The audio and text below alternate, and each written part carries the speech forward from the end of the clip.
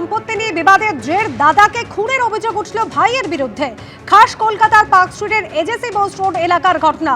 পার্থপ্রতিম ঘোষ আমাদের প্রতিনিধি রয়েছেন সরাসরি। পার্থপ্রতিম, কি কারণে ওই ব্যক্তিকে খুন করা হয়েছে এখনো পর্যন্ত পুলিশ সূত্রে কি খবর? দেখো, মঙ্গলবার সন্ধ্যেবেলা গোটা ঘটনা সূত্রপাত যে বিষয়টা উঠে আসছে যে ধীরাজ জয়সওয়াল এবং নীরাজ জয়সওয়াল, নীরাজ এবং ধীরাজের জয়সওয়াল এই দুজনের মধ্যে কিন্তু গন্ডগোল বাঁধে মঙ্গলবার সন্ধ্যেবেলা। এবং এই গন্ডগোল এমন পর্যায়ে যায় তখন হচ্ছে ধীরাজ তার দাদা নীরাজকে একটা ঘুষি মারতে রাস্তায় পড়ে যায় এবং তার পরবর্তীকালে আহত অবস্থায় তাকে যখন এনআরএস হাসপাতালে নিয়ে যাওয়া হয় কিছুক্ষণের মধ্যে কিন্তু চিকিৎসকের মৃত বলে জানায়। এই ঘটনাটি ঘটেছে পার্ক স্ট্রিট থানা এলাকায় এজেসি বোস রোডে এবং গোটা ঘটনার পরিপ্রেক্ষিতে পুলিশ জানাচ্ছে তারা অভিযুক্ত ধীরাজ জয়সওয়ালকে গ্রেপ্তার করেছে এবং তার বিরুদ্ধে অনিচ্ছাকৃত খুনের ধারায় মামলা রুজু করেছে। ধন্যবাদ পার্থপ্রতিম। এসআইআর এর আবহে যখন শুনানি চলছে তখন বস্তা ভর্তি আধার এবং ব্যাংক নথি পোড়ানোর অভিযোগে চাঞ্চল্য ছড়িয়েছে। নদিয়ার শান্তিপুরের ঘটনা। হাটখোলা পাড়ায় এভাবেই বস্তা ভর্তি আধার কার্ড পোড়ানোর অভিযোগ উঠেছে, এমনকি ব্যাংকের নথি পর্যন্ত পুড়িয়ে দেওয়া হয়েছে। কি দাবি করছেন স্থানীয় বাসিন্দারা? আমাদের প্রতিনিধি সুজিত রয়েছেন আমাদের সঙ্গে। সুজিত। হ্যাঁ দেখো, নদিয়ার শান্তিপুর হাটখোলা পাড়ায় বস্তাবন্দি আধার কার্ড এবং ব্যাংকের গুরুত্বপূর্ণ নথি পোড়ানোর ঘটনাকে কেন্দ্র করে রীতিমতো চাঞ্চল্য ছড়িয়েছে আজ সকালে। এবং স্থানীয়দের তৎপরতায় ঘটনাস্থলে পৌঁছায় নদিয়া শান্তিপুর থানার পুলিশ এবং এই ঘটনায় কিন্তু দুজন সন্দেহভাজনকে পুলিশ আটক করেছে এবং জিজ্ঞাসাবাদ করা হচ্ছে।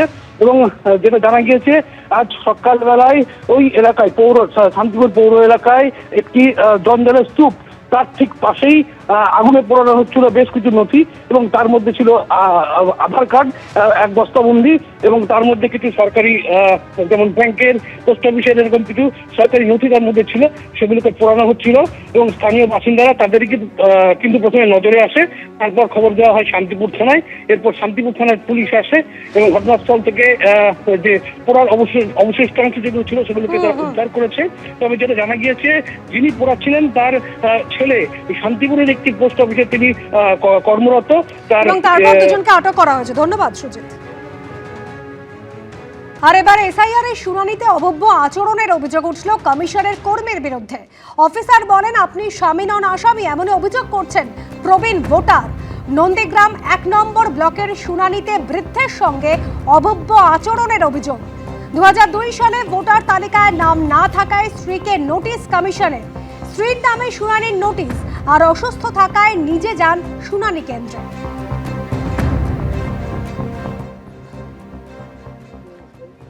হিয়ারিংয়ে আমার স্ত্রীকে ডেকেছে, আমার রিলেশনে কোনো রিলেশন নয়, তার বাবা মা 30 বছর আগে মারা গেছে, তার কোনো ডকুমেন্ট নেই, যার জন্য বাধ্য হয়ে আমি এই বৃদ্ধ বয়সে আমার স্ত্রীকে নিয়ে এখানে এসেছি হিয়ারিং করতে। খুবই কষ্টের ব্যাপার। না, ডকুমেন্টস কিছুই না, বলছে সরকারি ডকুমেন্টস ছাড়া কোনো অ্যাকসেপ্টেড নয়। আমি তো চাকরি করেছি, আমার তো পেনশন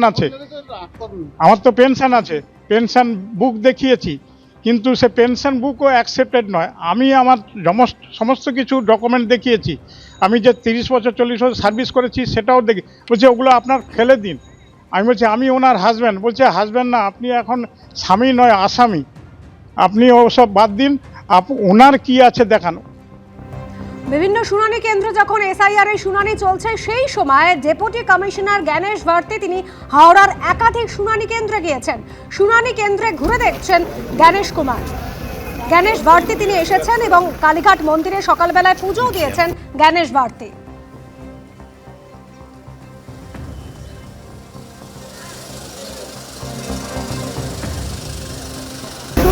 আমাদের প্রতিনিধি রয়েছেন আমাদের সঙ্গে। সুনীতা, ডেপুটি কমিশনার জ্ঞানেশ ভারতী তিনি হাওড়ার শুনানি কেন্দ্রে গিয়েছেন, কোন কোন শুনানি কেন্দ্রে গেলেন এবং তারপর কিছু জানিয়েছেন? দেখো, যেটা জানা যাচ্ছে যে জ্ঞানেশ ভারতী ডেপুটি নির্বাচন কমিশনার, তিনি আজকে সকালে আসেন এবং জেলা শাসক দীপক প্রিয়ার সঙ্গে তিনি কথা আলোচনা করেন এবং অন্যান্য নির্বাচন আধিকারিকরাও তারাও ছিলেন এবং ইআরও তারাও উপস্থিত ছিলেন। এরপর তিনি আলোচনার পর তিনি হাওড়া ময়দানে যে ডিস্ট্রিক্ট লাইব্রেরি আছে সেখানে পরিদর্শন করেন, এরপর দাসনগরের যে পলিটেকনিক কলেজ আছে সেখানে তিনি যান, এরপর বালিজগাছা ব্লক সেখানেও তিনি যান। যেটা জানা গেছে যে ওই প্রত্যেক যে কেন্দ্রে যেখানে শুনানি পর্ব চলছে সেখানে কিন্তু বিএলও এবং তাদের সঙ্গে কথা বলেন এবং একই সঙ্গে ইআরও সঙ্গে তিনি কথা বলেন। এবং শুধু তাই নয়, ভোটার যারা আছেন যারা তালিকায় নাম তুলতে এসেছিলেন, যারা শুনানি পর্বে এসেছে তাদের সঙ্গেও তিনি কথা বলেন এবং সকলের সঙ্গে কথা বলেন এবং তাদেরকে বিএলওদের তিনি পরামর্শ দেন যাতে কোনো নাম বাতিল না যায় এবং শুনানি পর্বে ভয় পাওয়ার কোনো কারণ নেই। কি কি ডকুমেন্ট লাগবে সেগুলোকেও তিনি বলে দেন এবং যাতে কোনো অবস্থাতেই কারো বৈধ ভোটারের নাম বাদ না যায় তিনি তাদেরকে আশ্বস্ত করেন। এরপরই তিনি জেলা শাসকের সঙ্গেও বৈঠক করবেন বলে জানা গেছে। ধন্যবাদ। অভিষেক বন্দ্যোপাধ্যায় নির্দেশ দিয়েছিলেন এবং তারপরে হিয়ারিং এ কিন্তু তৃণমূলের বিএলএ রাখতে ক্রমাগত চাপ সামনে আসছে। চুচুড়ার পর এবার পোলবা, ফের এসআইআর এর শুনানি বন্ধ করলেন অসিত মজুমদার।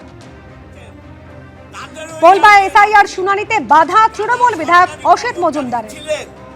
তাদের হিয়ারিং এ রাখছে যারা বিভিন্নভাবে ভারতের নাগরিক, তাদের অসম্মান করছে। আপনারা পরপর দুটো ছবি রেখেছি আপনাদের সামনে। গত সোমবারের ঘটনা, যখন চুচুড়ায় শুনানি চলছিল এবং সেই সময় তৃণমূল বিধায়ক অসিত মজুমদার তিনি রীতিমতো ফোন করে হুঁশিয়ারি দেন হিয়ারিং চলাকালীন বিএলএদের রাখতেই দিতে হবে। এই হুঁশিয়ারির পর কিছুক্ষণের জন্য বন্ধ হয়ে গিয়েছিল।